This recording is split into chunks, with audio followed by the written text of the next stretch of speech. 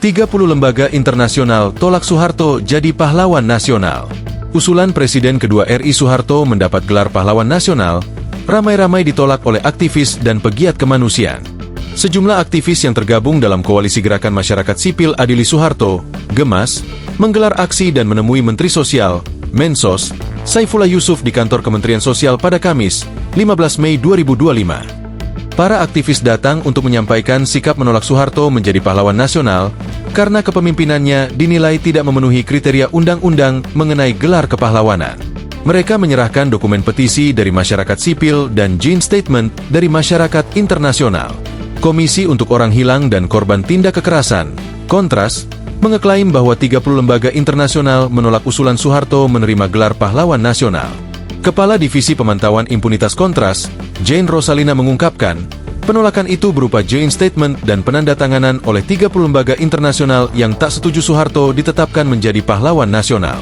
Kami juga mendapat dukungan dari masyarakat internasional untuk menolak gelar pahlawan kepada Soeharto berupa joint statement yang sudah ditandatangani.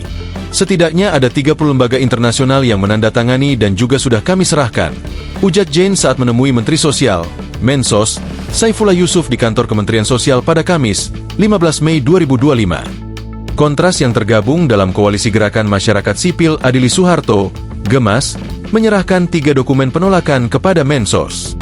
Dokumen tersebut berisi rujukan hukum dan argumentasi penolakan usulan Soeharto menerima gelar pahlawan nasional.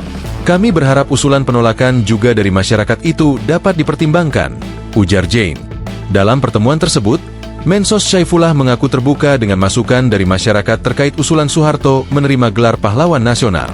Ia mengatakan, timnya yang terdiri dari akademisi, sejarawan, dan tokoh masyarakat pasti akan mempertimbangkan semua pendapat yang masuk. Kementerian Sosial menerima masukan melalui prosedur normal dari masyarakat ke pemerintah daerah dan akhirnya ke pusat, ujar Saifullah. Diketahui, usulan Soeharto menjadi pahlawan nasional datang dari Kementerian Sosial, Kemensos, bersama tim peneliti dan pengkaji gelar pusat, TP2YIPI.